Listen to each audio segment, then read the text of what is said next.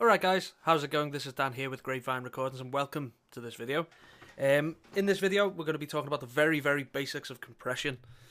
I want to just point out right now is that by the end of this you're not going to know everything there is to know about compressors. I've just done this to try and give everyone a basic understanding of the very basic principles of what a compressor is. We're going to have a look over like the controls that you get and listen to some of the effects that you can actually get out of a compressor. I'm using Pro Tools at the moment, so I'm going to use the free compressor that you get with Pro Tools. And but first of all, I'll explain what compression is. In technical terms, compression is a way to control the dynamic range of a certain piece of audio. And what a dynamic range is the difference between the loudest sound and the quietest sound. So, you know, as you can see on this little piece of audio here, let's just go on to that. You know, there's parts which are really quiet down here, but then obviously there's parts which are really loud over here. And it's a way to, you know, control the difference between them, which in musical terms gives the impression of things being louder, because when you cut off the peaks, you can raise the overall gain up. So the average sound will be perceived as being louder. A couple of the controls, the most important controls are both the threshold and the ratio, as you can see here. I'll go into this one, it's a little bit easier to see. So if the ratio is set at 2:1 with a threshold here, any bit of audio that goes above minus 30 decibels will be cut by half. That's what it means by 2:1. So if it goes over by 2, cuts it down to 1, goes over by 4, cuts it down to 2. Obviously you can adjust the ratio to give, you know, more steeper cuts, as you can see the line here just changing. So when I go down, see that the ratio decreases and increases. Right, I set that at, I believe, 1.5:1. So that's a very low ratio. It's going to be quite transparent. It just gives a little squeeze. And what I've done with this one here, this is it's a higher ratio, so when the threshold does get exceeded, these peaks are going to be getting cut down by 8:1. The thing is with this, as you can see, the differences in the threshold is that the threshold is a lot higher, so it's going to take a much louder signal to actually trigger this. So the way I'm using this is called it's called peak limiting. And what it does by that is means it lets the majority of the audio signal through, but just any little loud peaks that, you know, that just sneak through the threshold just get controlled. So yeah, the threshold and the ratio are both what you'll use to control your gain reduction. You know what? We'll have a little listen and you'll see. The darkest night is awash with light. We never stray. So as you can see, only on these louder parts was a little bit of compression being used. That's just because a lot of it just weren't triggering the threshold. But if we go back to this other compressor, which is after this one, you'll see that it'll be triggered a lot more often. The darkest night is awash with light. We never stray. So you can see with that compressor, it's getting triggered a lot, like pretty much all of the time, because the threshold is so low. But because the ratio isn't that high, you know, not a lot of it. It's not really audible. Like I'm sure that there's some people who have, like, you know, done a lot of ear training can hear the difference.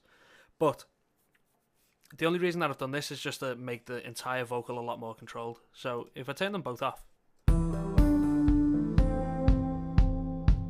The darkest night is awash with light. We never stray. So you may not hear a ridiculous difference, but what we're going to concentrate on is the never, as you'll hear here. We never stray. So we're going to just focus on that at first. So if I turn this peak limiter on, And then just listen to the never again. We never stray. We never stray. We never stray.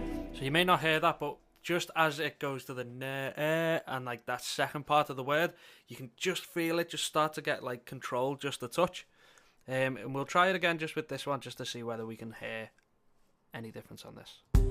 We never stray. That's it with, now without.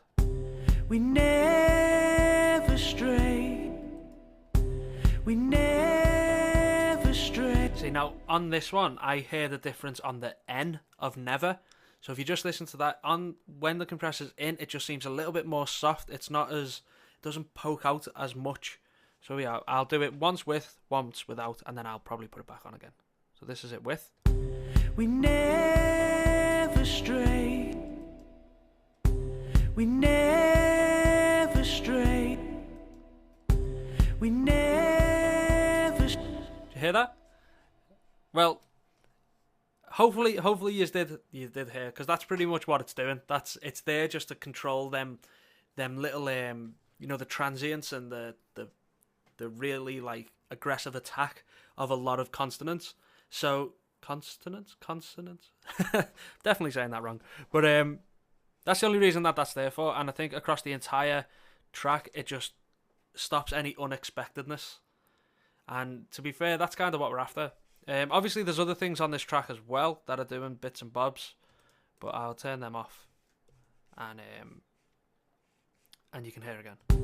We never stray. So that's it with them both, then both of them off. We never stray. So there is a pretty substantial difference. Hopefully you're listening to this on either like some speakers or some headphones, because you do start hearing them, and once you start training yourself to hear them, you can definitely start picking them up. And this is why people use them. The other things on this is the attack and release times, and the attack time is a lot more important than the release time, in my opinion, especially for this peak limiter, because what you've got to remember is the whole reason that this compressor is on here is it's for them really aggressive peaks that just break through and are ridiculously loud, and they need to be controlled quickly. And the thing is with these peaks is that they don't last for very long. So if you imagine a snare drum, it's got such a fast attack, and that's what you want to control. That's the whole reason why this compressor's there, is to control that.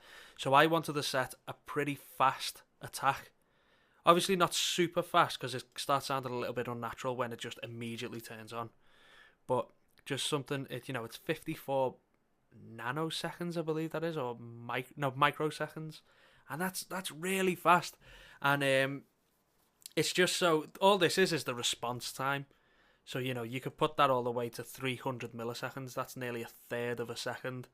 And because a lot of these peaks are so quick that they're just going to pass right through, and the compressor's not even going to pick them up, as you'll see here. We never stray. And then obviously if you put it down to where I had it, where was it? About there. We never stray. You see, so with the attack time, it's all about that, and obviously you can change them as much as you want to try and get whatever sound you're after. You can go back with snare drums, and you think people try and lay off the attack a little bit so that initial transient of the snare can come through, and then the decay of the snare gets compressed. Or, if you're going into full sound design, you could cut that off. You've put the fastest attack you can, and then none of that transient's coming through, and you get a completely different sound. But that's all I've done on the vocals. Hopefully, you kind of understand what I mean by what a lot of the settings do. The threshold and the ratio are really important to determine how much gain you're actually cutting off the signal. You can then use the makeup gain just to go through, to build up what you've just took off. We never stray. So with that on, we were losing about 2.5 to 3 dB. So I've just boosted it up by 3 dB just to increase the, just to get the gain back that we just lost through compression. A good trick would be, if you want to hear what a compressor's doing, is keep turning it on and off and then adjusting the gain so it sounds at the same volume, because we kind of trick ourselves to think that things that are louder are better, and that's just the way we are as humans. So it's really useful to compare both sets of sounds with the same volume, because then your ear can pick up the little differences of what the compressor's doing. And then we can look at, on the master bus, I've put a compressor on it. Again, it's a 2-to-1, so it's quite a soft compressor for what it's doing. This is the Renaissance compressor from Waves, and so on this part,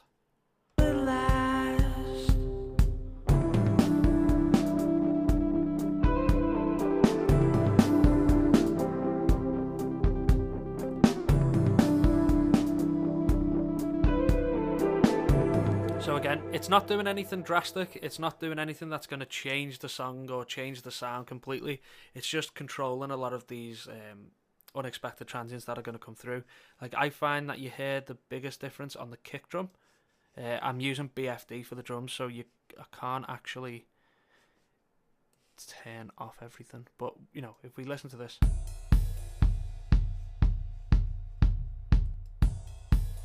and then that's it off.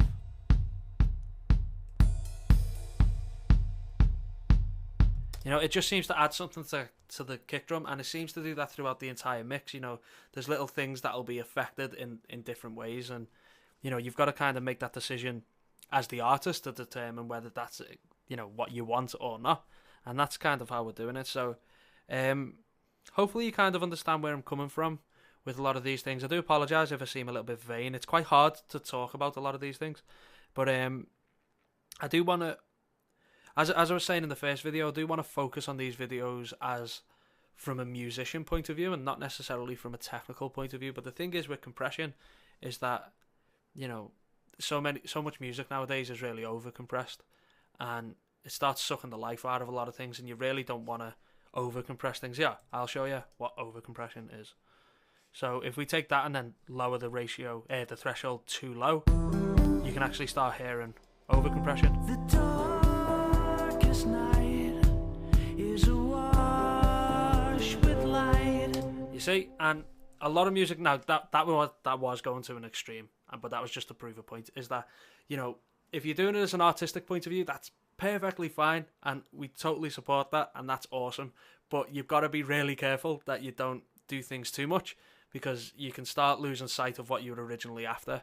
And but that's just my opinion. Hopefully you have understood a couple of the things that I've mentioned. Obviously, you know, there's thousands of articles online which will explain compression in a lot more depth.